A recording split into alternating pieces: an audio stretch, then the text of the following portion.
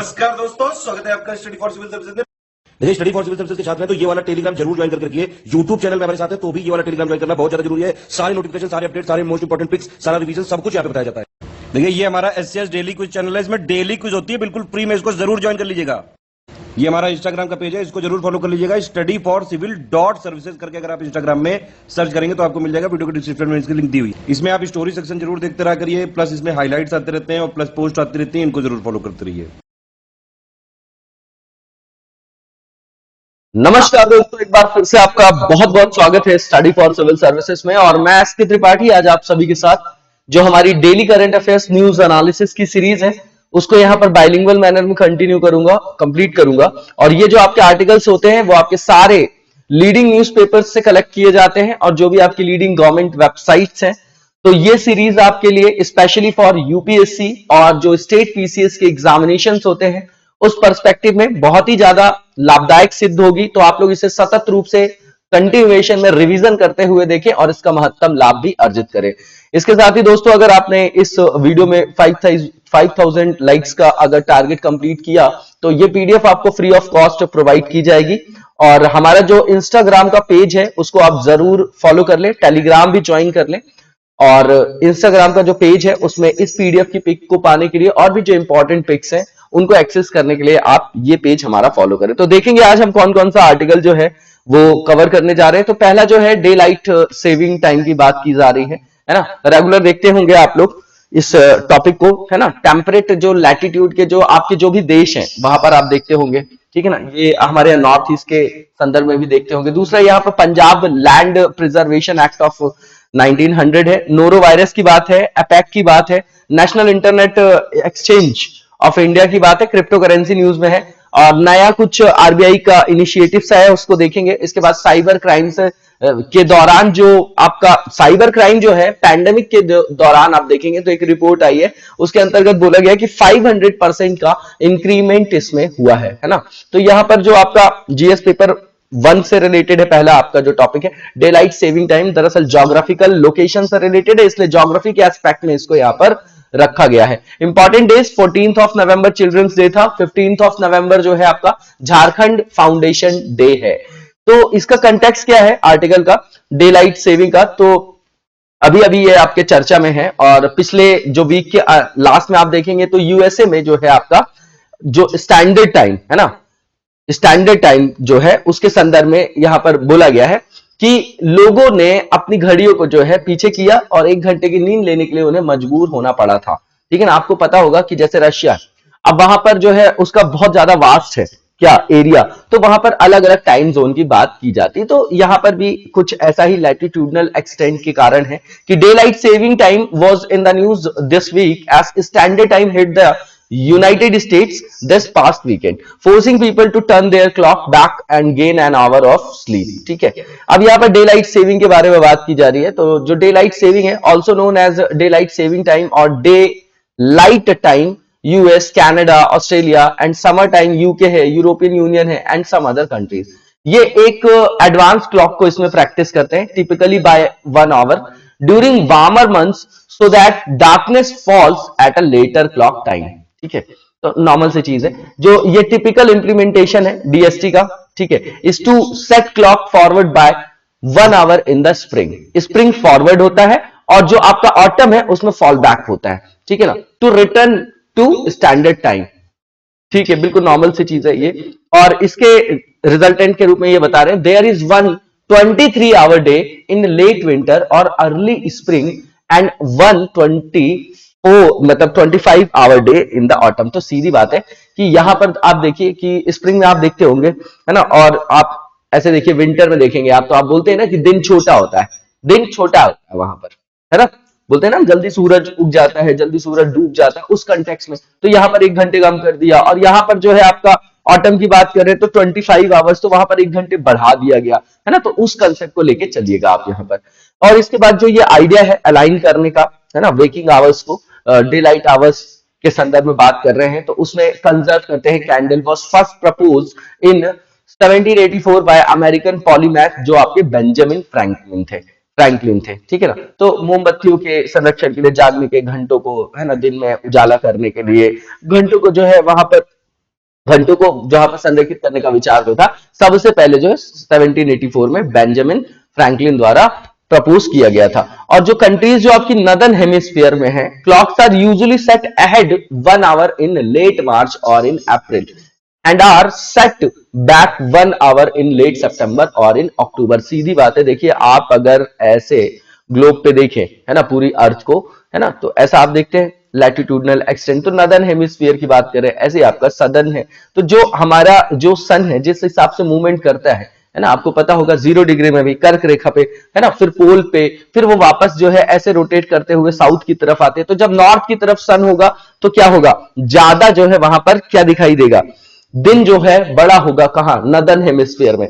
जैसे ही वो southern hemisphere में जो है आते हैं सूर्यदेव, तो वैसे वैसे जो है सदर्न हेमिस्फीयर में ज्यादा बड़े दिन होते हैं और फिर आपका नदर्न में छोटे होते जाते हैं। यही कंसेप्ट जो है वो यहां पर अप्लाई होता है, ठीक है ना, कि किस तरीके से कहां पर जो है टाइमिंग वगैरह होगी। तो ये जो डीएसटी का यूज करने की बात करें, उसका ऑब्जेक्टिव क्या है, तो इंक्रीज करना है फोकस और एनर्जी एफिशिएंसी। बिल्कुल ठीक बात है, अगर एनर्जी एफिशिएंसी की बात है, अब ज्यादा टाइम पे सूरज है तो उसकी एनर्जी को हम क्या करते हैं, सेव करते हैं, ठीक है ना।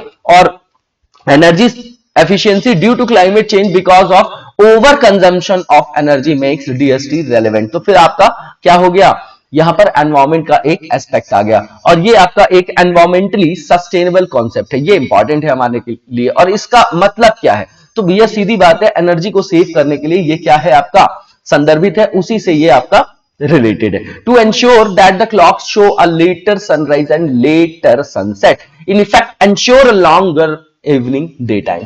अब यहां पर दिनचर्या संबंधी कार्य को जो है 1 घंटे पहले जो है पूर्ण कर लिया जाता है, ठीक है। तो ये नॉर्मल सी चीज है, कब पूर्ण कर लिया जाता है, 1 घंटे पहले, तो ये याद रख सकते हैं 1 आवर। यहां पर सबसे जो इंपॉर्टेंट चीज थी कि यहां पर एनर्जी कंजर्वेशन का आपका ये एस्पेक्ट है। डायरेक्टली मेंस वगैरह में इस पे क्वेश्चन फ्रेम होना थोड़ा सा मुश्किल है। इसके बाद जो Punjab land preservation act of 1900 है, तो सेकंड पेपर में इसको आप रख सकते हैं, ठीक है ना। ये आपका एक्ट है ना, तो ये आपको पॉलिटी एंड कॉन्स्टिट्यूशन से रिलेटेड आ जाएगा।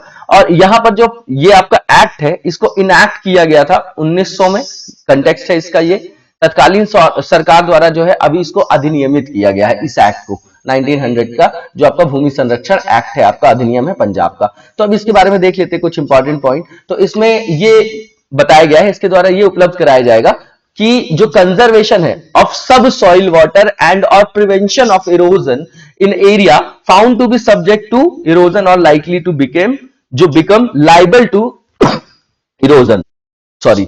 इसके बाद जो आपका नेक्स्ट यहां पर पॉइंट लिखा गया है कि सरकार द्वारा जो ये आपका प्रस्ताव लाया गया है और पंजाब भूमि संरक्षण हरियाणा संशोधन विधेयक 2019, उसमें कई तरीके के चेंजेस किए गए हैं, लेकिन जो अपोज किया जा रहा है उसमें जो मेन क्लॉज है आपका सेक्शन 3 ऑफ पीएलपीए, तो है ना, सेक्शन 3 जो है उस पर वहां पर आपत्ति है। तो धारा 3 में है क्या, तो धारा 3 में ये व्याख्या की गई है, एक्सप्लेन किया गया है कि गवर्नमेंट की जो पावर होगी to bring any area subject to erosion और likely to become liable to erosion under the ambit of the PLPA through a notification, ठीक है। तो यहां पर जो है, जो क्षेत्र का क्षरण हो रहा है ना, किसी भी क्षेत्र में, तो वहां पर क्या है, उसके क्षरण के अधीन या कटाव के लिए उत्तरदायी बनने की जो संभावना है, उसमें जो है सरकार की शक्तियों की व्याख्या की गई है कि किसी भी क्षेत्र को कैसे घोषित किया जाएगा, तो इसी का अपोज किया जा रहा है। अब जो after section 3 of the principal act, the government has inserted section 3A into the bill to exclude certain areas from the ambit of the act। तो भैया यहाँ पर एक्सक्लूजन किया जा रहा है कुछ एरिया का, है ना, तो वो भी क्लॉज वहां पर डाला जा रहा है कि सरकार जो है, जो मतलब उसको ऐसा लगे कि ये एरिया आपका रेलेवेंट नहीं, तो उसको एक्सक्लूड कर सकती है। अब यहाँ पर ऑब्जेक्शंस क्या है, तो अपोजिशन पार्टी ये बोल रही है कि हरियाणा के अंतर्गत जो रेज किया गया है कि major objections over insertion of 3A, तो बोल रहे हैं कि भैया सरकार फिर अपनी क्या कर सकती है, मनमानी कर सकती है, इसलिए ऐसा बोला जा रहा है। अब इसके जो प्रोविजन है उसके अंतर्गत आप देखेंगे तो ये जो हरियाणा नगर निगम अधिनियम है 1994 का, गुरुग्राम जो है आपका मेट्रोपॉलिटन डेवलपमेंट, जैसे कई और सारे कानून है आपके, तो उनमें भी जो है उनके तहत भी प्रकाशित किया गया कि जो भी अंतिम विकास योजनाएं हैं, किसी भी अन्य शहर सुधार योजनाएं या योजनाओं में शामिल अगर भूमि है, तो वो ये जो एक्ट है उस पर लागू नहीं होगा। इसके अलावा यहां पर जो प्राधिकरण अधिनियम आपका है ना, जो प्राधिकरण अधिनियम 2017 का है, फरीदाबाद महानगर विकास प्राधिकरण अधिनियम 2018, फरीदाबाद परिसर विनियमन और विकास अधिनियम 71 का, हरियाणा विकास और विनियमन या शहरी क्षेत्र अधिनियम 1975 का, है ना। तो इन सबको जो है वहां पर अपोज किया जा रहा है। इतना याद करने की जरूरत नहीं है, यहां पर यह देखने की जरूरत है कि किस तरीके से अपोज हो रहा है। मेन पॉइंट हमने नोट डाउन कर लिया बस। और अगर आपका होम स्टेट है तो इसके कुछ क्लॉजेस को आप नोट डाउन करके किनारे रख सकते हैं। अब जो एनवायरमेंटलिस्ट है वो क्या फील कर रहे हैं, तो वो ये फील कर रहे हैं, मतलब उनका मत ये है कि ये जो लेटेस्ट आपका मूव है गवर्नमेंट का, has exposed thousands of acre land falling on the hills and foothills of Aravalli, है ना। अरावली में एक सोसाइटी का भी डेवलपमेंट हो रहा था, तो वहां पर भी एनजीटी ने, फिर कोर्ट ने भी मतलब इंटरवीन किया था और बोला था कि यहां पर जो है ये इकोलॉजिकल जो है सेंसिटिव एरिया है एक तरीके से, है ना। तो यहाँ पर जो है पूरी बायोडाइवर्सिटी पर नेगेटिव इंपैक्ट पड़ेगा, तो ये वैसे भी न्यूज में रहता है। वही यहाँ पर इन्होंने उठाया है फिर से कि ये जो अरावली वाला एरिया है, which cover over 26,000 acres in Gurgaon and Faridabad district to mining and real estate development. They feel that under original PLPA, the tilling or digging of the land was not allowed, but the amendments will permit construction activities. तो भैया सबसे बड़ी बात यह है कि ये जो आपके प्रावधान लाए गए हैं संशोधन के अंतर्गत, तो ये सोचा जा रहा है, ये जो है आशंका है कि इससे जो कंस्ट्रक्शन एक्टिविटीज है, निर्माण गतिविधियां,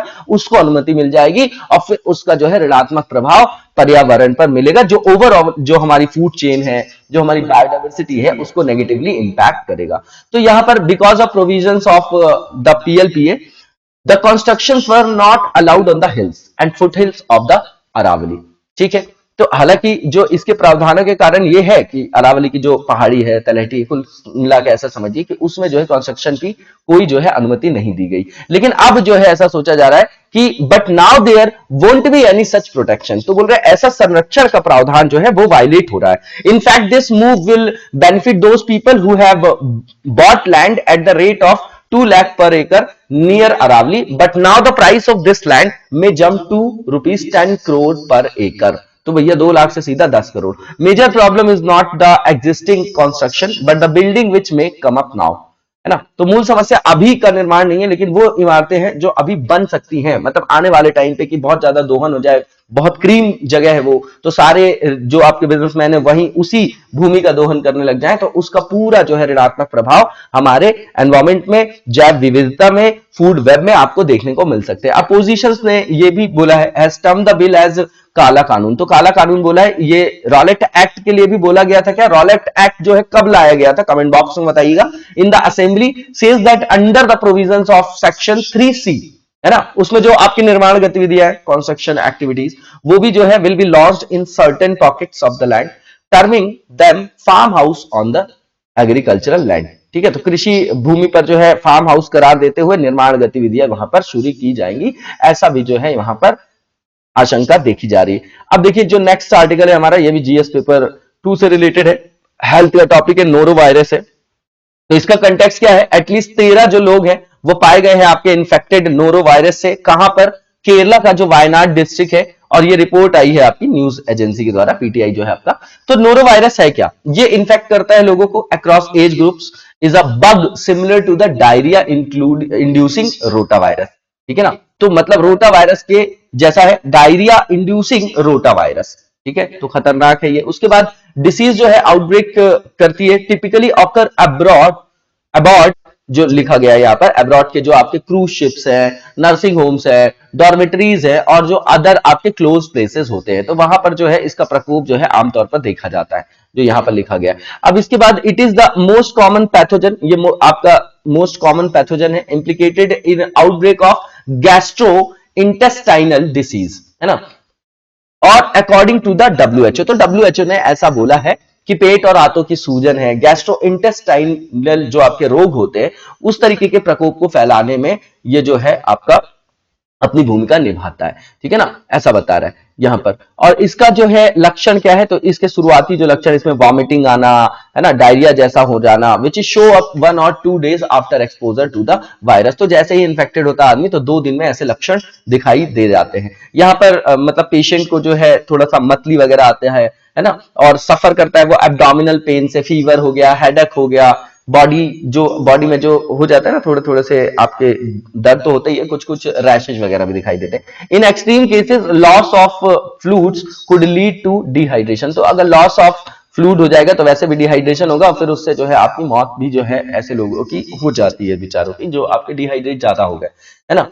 क्योंकि वो नॉर्मल चीज है कि बॉडी में जो है मेजर पार्ट हमारे पानी का ही है। अब जैसे पानी के अगर वाटर लॉस हो गया तो उसके साथ मिनरल्स भी हो गए आपके, जो बॉडी से एक्सट्रैक्ट हो जाते हैं। तो बोलते हैं ना कि ORS पी लो, वही वाली चीज यहाँ पर बताया जा रहा है। What is the treatment for norovirus? तो ये सेल्फ लिमिटिंग जो है, आत्म, इसको डिसिप्लिन से ही आप इसको कनेक्ट करिएगा। The infection even through though it takes a lot out of the patient, normally last only 2 और 3 डेज, है ना, केवल 2 और 3 दिन वो मतलब चलता है।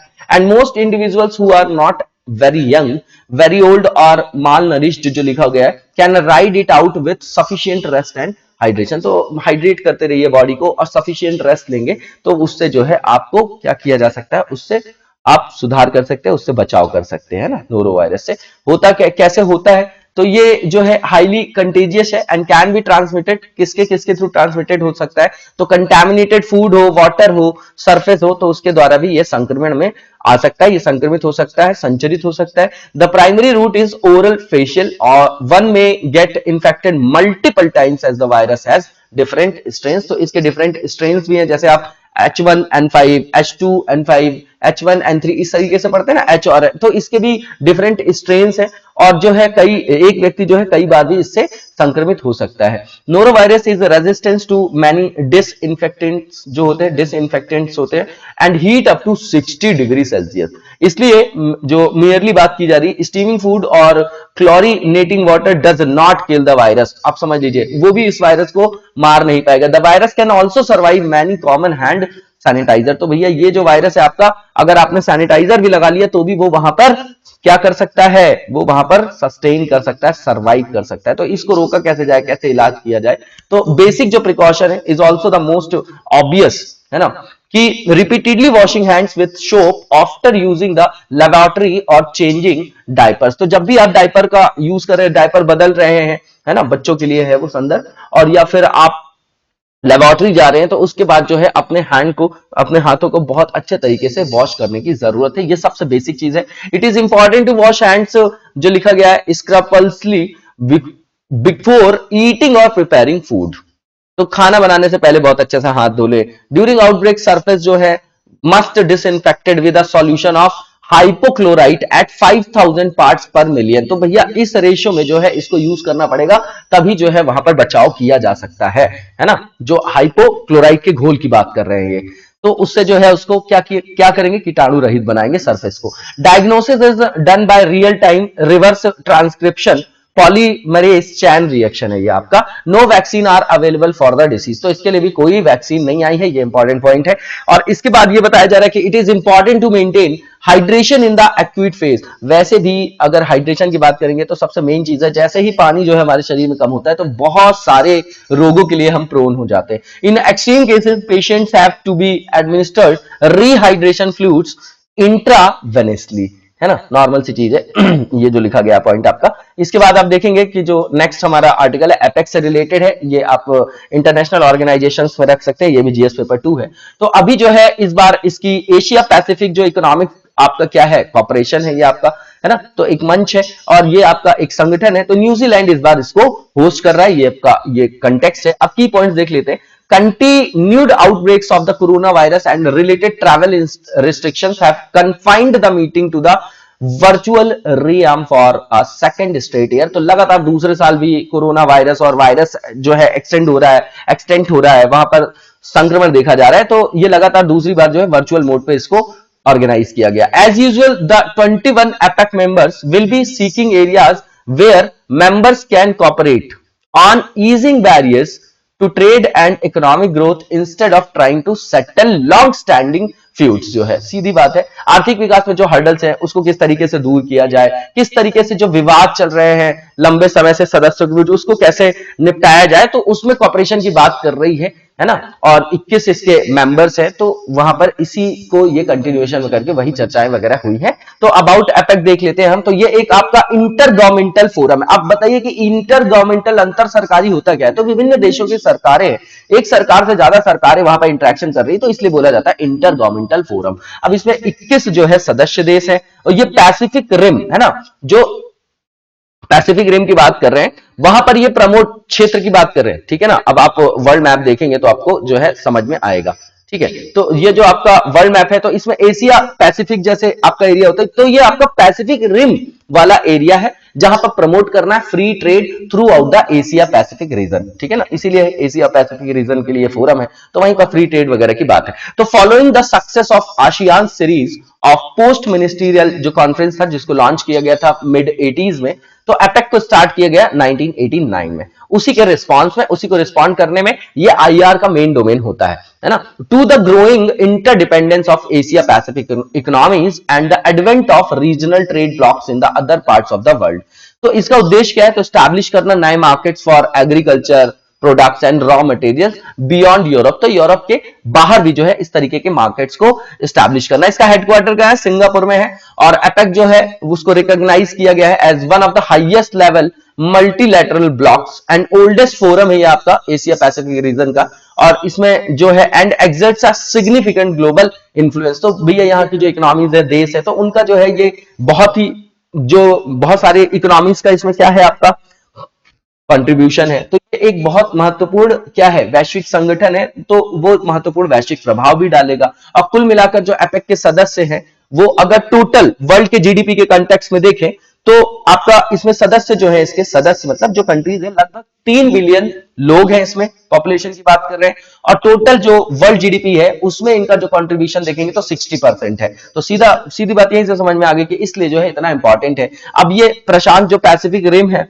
From Chile to Russia to Thailand to Australia, map में देखेंगे आप तो आपको दिखाई देगा कि यहां पर ये जो है आपके सदस्य देश इसमें क्या है, सम्मिलित है। अब नेक्स्ट जो हमारा आर्टिकल है, national internet exchange of India है, पेपर 3 में इसको भी रख सकते हैं इंफ्रास्ट्रक्चर के अंतर्गत, और सेकंड पेपर में भी रखा जा सकता है। भारतीय जो राष्ट्रीय इंटरनेट एक्सचेंज है, उसने ग्राहक केंद्रित इकाई जो कस्टमर केयर यूनिट है उसको स्टैब्लिश किया है। और ये आपका नया इनिशिएटिव है, जो आपके ग्राहक वगैरह है उनको जो कमर्शियल यूनिट्स है उनके साथ जो है वो इंटरेक्शन कर पाएंगे, ठीक है। और उसमें भी टाइम बाउंड मैनर में जो है ये फैसिलिटी प्रदान करने के लिए वो प्रतिबद्ध रहेगा। तो की पॉइंट्स क्या है ना। तो इसमें ये बताया जा रहा है कि यहाँ पे 24/7 जो है कस्टमर क्वेरीज को जो है सॉल्व किया जाएगा, ठीक है ना। तो ये ठीक है, रियल टाइम जो है आपका, और 24/7 जो है उनकी प्रॉब्लम्स को रिजॉल्व किया जाएगा। उसके बाद जो NIXI जो लिखा गया है, 3 बिजनेसेस, जिसमें इंटरनेट एक्सचेंज है, डॉट इन रजिस्ट्री है, IRINN है, and all 3 units deal with their respective customer supporting and managing there queries, ठीक है। तो सीधी बात है, अपने कस्टमर्स की जो भी प्रॉब्लम्स है उनको शॉर्ट आउट करना। तो क्या कहीं ना कहीं ये transparency, e governance, good governance वहां से नहीं आपका कनेक्ट हो रहा है। At times, same customer might be consuming services from 2 different units of NIXI and interact with 2 different teams. So, to overcome this and make the experience seamless, जो ये आपका NIXI है ना, NIXI has created this customer care unit for efficient, ये है आपका keyword, efficient response towards their customer। तो इसके बारे में देख लें तो हम कि NIXI जो लिखा गया है कि national internet exchange of India जो है वो आपका एक नॉट फॉर प्रॉफिट ऑर्गेनाइजेशन है, ठीक है ना, एक एनजीओ वाले ऑर्गेनाइजेशन की तरह आप इसको समझ सकते हैं। तो इसको रजिस्टर्ड किसके अंतर्गत कराया गया, तो कंपनी एक्ट जो 2013 का है उसकी सेक्शन 8 के अंतर्गत। और ये वर्किंग है आपका 2003 से, क्या स्प्रेड करने के लिए, इंटरनेट इंफ्रास्ट्रक्चर को to the citizens of India through the following activities. तो ये कुछ एक्टिविटीज बताया जा रहा है, ये क्या क्या करेगा। तो इंटरनेट डेटा इज एक्सचेंज, जो इंटरनेट डेटा है उसको एक्सचेंज किया जाएगा अमंग्स्ट ISPs जो लिखा है डेटा सेंटर और CDNS के बीच में। इसके बाद जो है in registry managing and operation of जो आपका .in कंट्री कोड डोमेन है एंड .भारत जो IDN डोमेन है फॉर इंडिया, नॉर्मल सी चीज है, इसका भी संचालन करता है।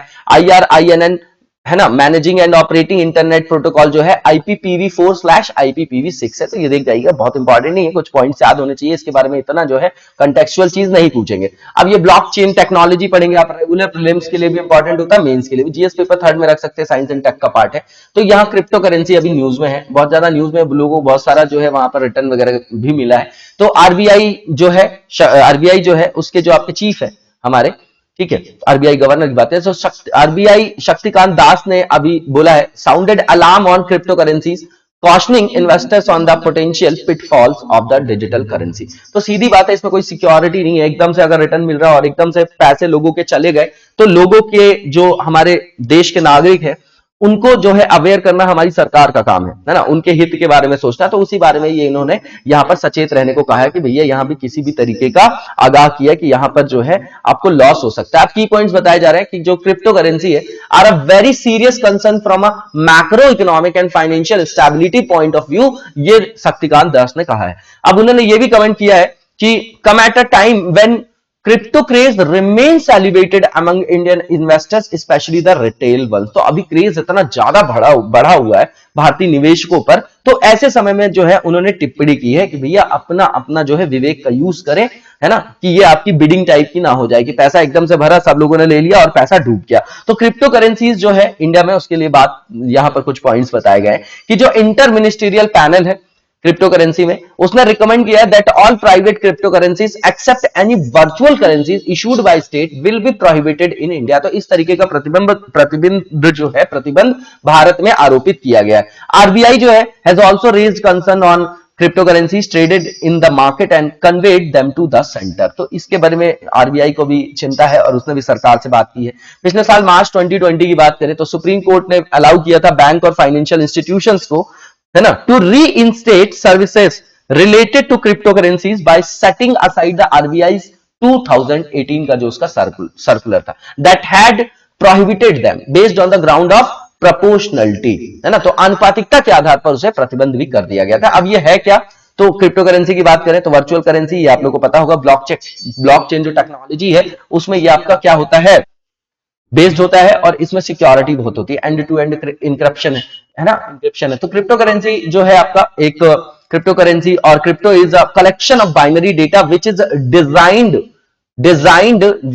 To work as a medium of exchange. सीधी बात है, जैसे पैसों को समझते हैं तो वर्चुअल एक मनी है जिसके द्वारा जो है वहां पर इकोनॉमिक एक्टिविटीज को क्या किया जाता है, मोबिलाइज किया जाता है। एग्जांपल्स बिटकॉइन हो गया, है ना, जो आपका एथेरियम लिखा है एटसेट्रा, है ना। इसमें देखेंगे हम जो नेक्स्ट पॉइंट है, तो कैसे ब्लॉकचेन टेक्नोलॉजी जो है आपकी काम करती है, आप इस डायग्राम को देख सकते हैं। अब यहां पर इंडिविजुअल जो है क्वाइन जो है, जो क्वाइन का ओनरशिप है, records are stored in a ledger. तो लेजर में उसका रिकॉर्ड जो है स्टोर होता है, which is a computerised database using strong cryptography to secure transaction record to control the creation of additional coins and to verify the transfer of coin ownership. ठीक है, normal सी चीज है। इसमें जो है देखिए, ये कुल मिला के क्या है, जो हम आदान प्रदान करते हैं किसी चीज का, ट्रांजैक्शन का, तो उसमें जो है इसका यूज किया जाएगा।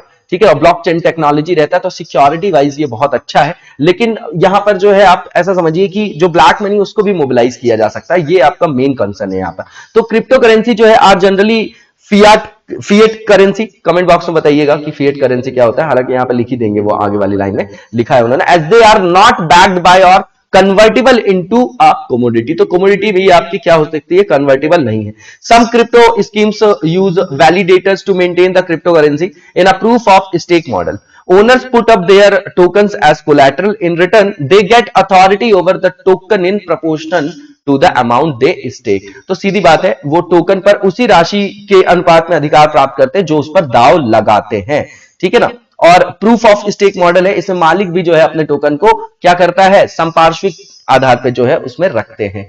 ठीक है, तो नॉर्मल सी चीज है। अब सुप्रीम जो एससी गर्ग समिति थी उसकी सिफारिशें क्या हैं क्रिप्टो करेंसी से संदर्भित, तो वो देख लेते हैं। इन्होंने रिकमेंडेशन दिया था that ban anybody who mines, hold, transact or deal with crypto currencies in any form. इसने रिकमेंड किया था कि इसमें जो आपका जेल टर्म है of 1 to 10 years for exchange or trading in digital currency. और इसमें यह भी प्रस्ताव रखा गया था कि मॉनेटरी पेनाल्टी भी देना पड़ेगा जो भी इस तरीके के काम में इंडल्ज होंगे, up to 3 times the loss caused to the exchequer or gains made by the crypto currency user whichever is higher. तो भैया या तो जो आपका 3 गुना तक का मौद्रिक दंड जो अधिक हो वो प्रस्तावित किया गया है ना, लाभ के 3 गुना तक का, और यहां पर जो भी बड़ा हो, है ना। इसके बाद जो नेक्स्ट हमारा यहाँ पर आर्टिकल है, इसमें नया जो आरबीआई का इनिशिएटिव आया है, पेपर 3 से रिलेटेड है ये भी आपका।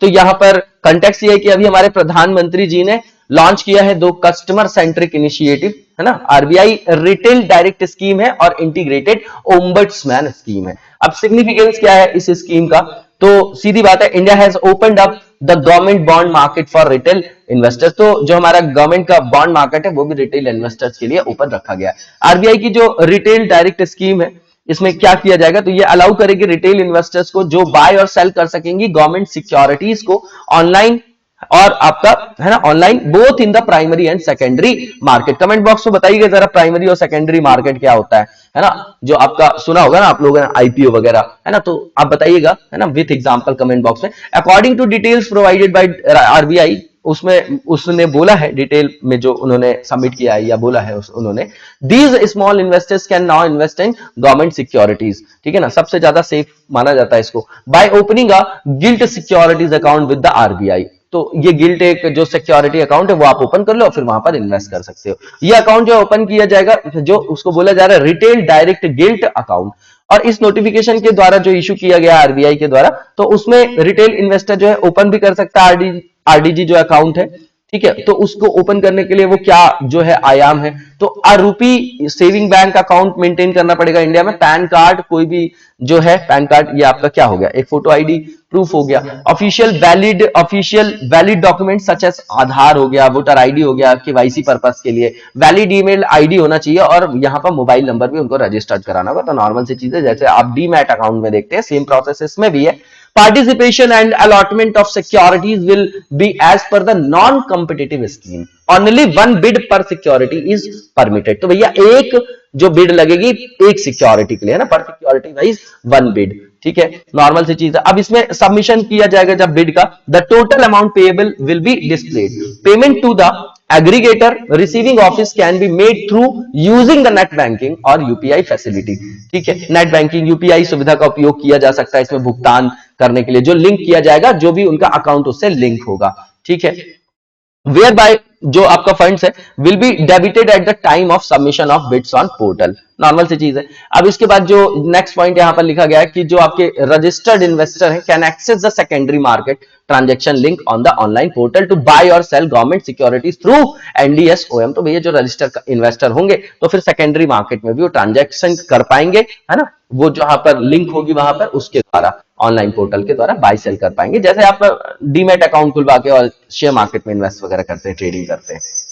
अब नेक्स्ट जो हमारा ये स्कीम है ये ओम्बड्समैन की स्कीम है ना, लोकपाल का, है ना, ये ट्रांसपेरेंसी से रिलेटेड है, आप लोगों को पता भी होगा और पहले भी आपने ये टॉपिक देखा होगा, ठीक है। तो यहां पर आप देखिए लिखा गया है कि जो आरबीआई है उसके द्वारा जो रेगुलेटेड जो भी इंस्टीट्यूशंस है तो उसमें जो ग्राहक वगैरह है उनकी प्रॉब्लम्स होती है, शिकायत होता है, रेड्रेसल जो मैकेनिज्म होता है, डिस्प्यूट रेड्रेसल मैकेनिज्म, तो उसमें जो है सुधार करने के लिए जो है ये जो योजना है वो जो है प्रतिबद्ध है ना, लोकपाल आपने सुना होगा। अब यहां पर आप देखेंगे कि पीएमओ के अनुसार ये बताया गया कि ये जो योजना है ग्राहकों के लिए जो अपनी शिकायत दर्ज कराना है उसके लिए एक पोर्टल, एक ईमेल और एक अपना डोमेन के साथ पते के साथ जो है एक राष्ट्र एक लोकपाल पर आधारित है ना। ये जो है यूनिफिकेशन जो आप देख रहे हैं हर योजना में, है ना, वन नेशन वन कार्ड, है ना, वन नेशन वन मार्केट, तो उसी पर आप जो है इसको आधारित समझिए कि एक राष्ट्र एक लोकपाल पर ये बेस्ड है।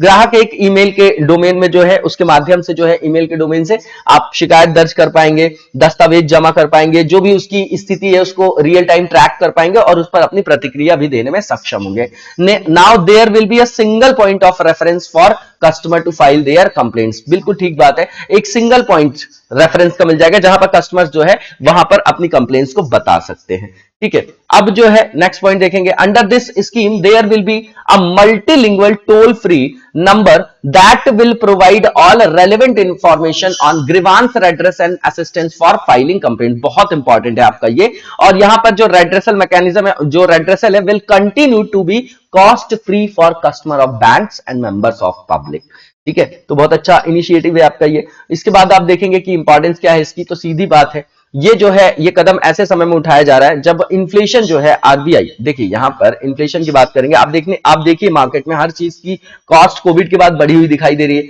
तो the move comes at a time when rising inflation adds pressure on the RBI to lift rates, ठीक है। Tighter monetary policy is likely to weaken the demands for bonds, making it challenging for the government to execute its near record borrowing programme. अब बताइएगा tight और ease monetary policy क्या होती, comment box में क्या difference होता है। एक समय तो क्या है, मनी की जो अवेलेबिलिटी है वो बढ़ जाएगी, तो उसको कम करने के लिए क्या होगा, वहां से मनी को एक्सट्रैक्ट करके आरबीआई अपने पास लाती है ना, शोक करती है। और अगर मान लीजिए कि ईज मनी पॉलिसी है तो उसको क्या बोलते हैं कि वहां पर जो है गवर्नमेंट सिक्योरिटीज को सेल करती है कौन, आरबीआई, तो उसको खरीद सकती है, ठीक है, और वहां पर क्या करेगी, वहां पर वो पैसा जो है वो देगी किससे, जो मार्केट में गवर्नमेंट सिक्योरिटीज है उनसे खरीदेगी और पैसा देगी। तो मार्केट में क्या करेगी, पैसे के इनफ्लो को बढ़ाएगी, है ना। तो वो क्या बोलेंगे, आपका इजी मनी पॉलिसी। ये आपको पता होगा, आपने इकोनॉमिक्स से पढ़ा होगा। कमेंट बॉक्स में बताइएगा क्या डिफरेंस है दोनों में।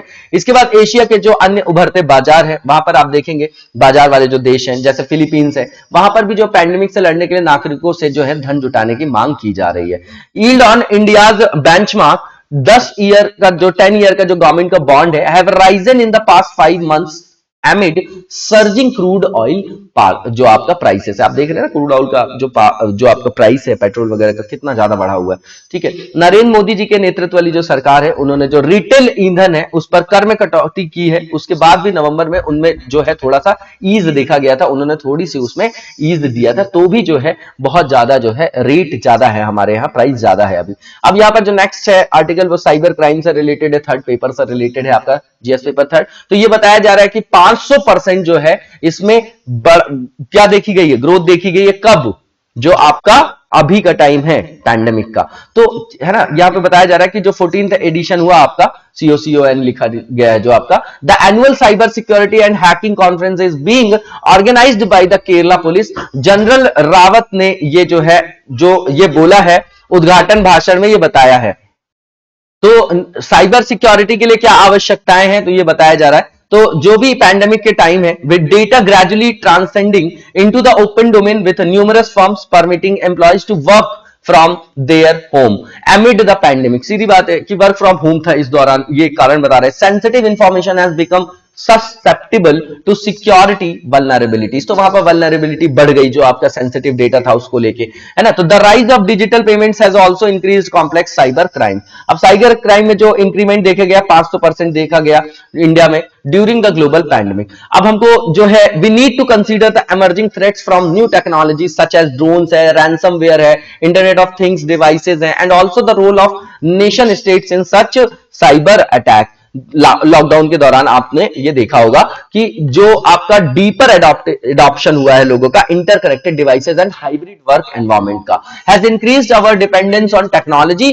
This renders us digitally more vulnerable than ever before. तो सीधी बात है क्रिटिकल इंफ्रास्ट्रक्चर के अंदर आता है ये सारी जो हमारी सेंसिटिव जानकारी होती है, डेटा ब्रीच होता है, तो उससे सीधा सीधा जो है वो इंटरनल सिक्योरिटी का भी थ्रेट है और नेशनल सिक्योरिटी का भी, और इंडिविजुअल लोगों को तो है ही। फाइनेंस के अंतर्गत आप देखेंगे तो फाइनेंशियल क्राइम जो है साइबर क्राइम के अंतर्गत बहुत ज्यादा देखा जा रहा है। और जनरल रावत ने ये भी बोला है कि जो IT एक्ट है हमारा 2000 का, जिसके अंतर्गत ये सारी चीजें रेगुलेट होती है, that dealt with cyber security and cyber crime is not equipped to consider new age changes in the mode of functioning of business and modus operandi of crimes in cyber space।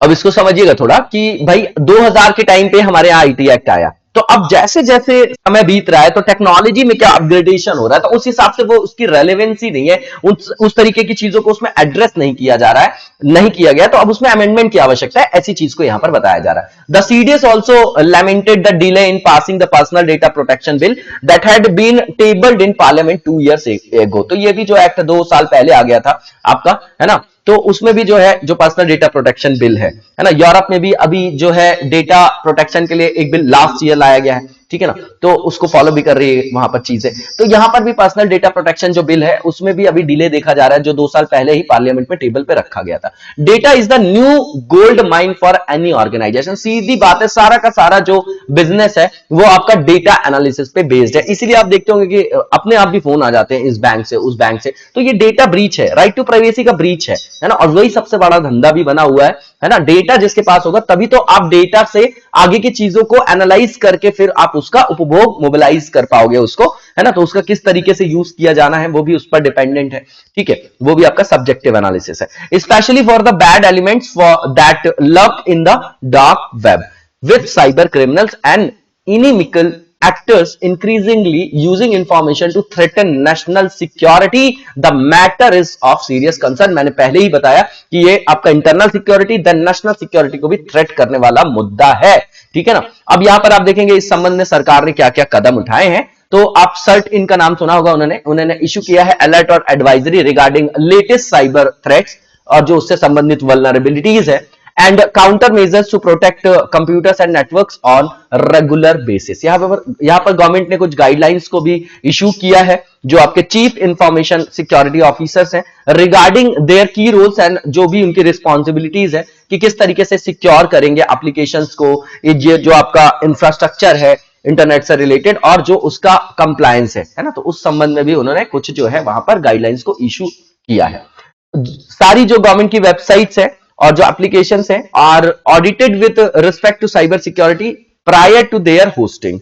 ठीक है, इसके बाद आप देखेंगे कि जो audit करने के लिए जो ऑडिटिंग है इन वेबसाइट्स की एप्लीकेशन उनको कंडक्ट किया जाएगा रेगुलर बेसिस पे, है ना, आफ्टर होस्टिंग ऑल्सो, ताकि उसका गलत जो है इस्तेमाल ना किया जा सके। Government has empanelled security auditing organisations to support and audit implementation of information security best practice. तो उसके लिए भी उसको जो संगठन है आपके, है ना, उससे संदर्भित जो सुरक्षा लेखा परीक्षा वगैरह संगठन उसको भी जो है वहां पर क्या किया है, ऑडिट करने के लिए पैनल बद्ध किया है। ठीक है ना, और government has formulated cyber crisis management plan. तो ये पॉइंट्स इंपॉर्टेंट है आपकी गवर्नमेंट की इनिशिएटिव्स क्या है ना, फिर उसका एनालिसिस करते हैं हम लोग, मेंस के लिए इंपॉर्टेंट है। For countering cyber attacks for implementation by all ministries departments of central government, state government and their organisation and critical sectors. तो नॉर्मल सी चीज है। इसके बाद जो नेक्स्ट हमारा यहाँ पे पॉइंट लिखा गया है कि साइबर स्वच्छता केंद्र, है ना, बॉटनेट सफाई, मालवेयर जो आपका विश्लेषण केंद्र है ना, जिसको मालवेयर एनालिसिस सेंटर है, तो ये भी स्थापित किए गए हैं, ये भी ऑपरेशन में है अभी आपके। ठीक है, the centre is providing detection of malicious programs and free tools to remove the same. ठीक है, तो ये एक अच्छा इनिशिएटिव है। इसके बाद गवर्नमेंट ने सेटअप किया आपका NCCC national cyber coordination centre, है ना, वो क्या करेगा, to generate necessary situational awareness of existing and potential cyber security threat. ठीक है, ये भी जो है आपका एक तरीके से अवेयरनेस को फैलाएगा। ठीक है, और सरकार ने राष्ट्रीय साइबर समन्वय केंद्र की स्थापना ही इसलिए की कि लोगों को जो है इन नए नए थ्रेट से जो है बचाया जा सके और उनके बीच में अवेयरनेस को स्प्रेड किया जा सके, है ना, तो वो भी उसका डोमेन है। इसके बाद जो नेक्स्ट फेज है हमारा वो आपका रिलेटेड है किससे, ये आपका MCQ से रिलेटेड है। तो सबसे पहला जो क्वेश्चन है काशी कॉरिडोर जो स्कीम है उससे रिलेटेड यहाँ स्टेटमेंट दिए गए हैं, बताना है कौन सा ट्रू है। तो पहला ये कि जो प्रोजेक्ट है ये आपका कनेक्ट करता है काशी टेंपल को with the ghats of the Ganga paved walkway around 320 metres long and 20 metres wide.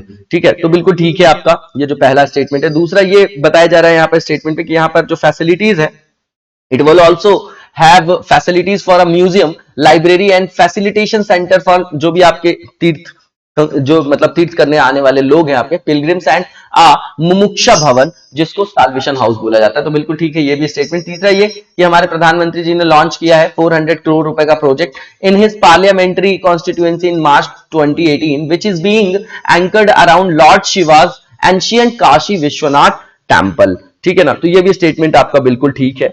और ये जो है आपका इसका इनॉग्रेशन की भी बात है कि 13 दिसंबर को करेंगे, यूपी में जो चुनाव होने वाला उससे पहले।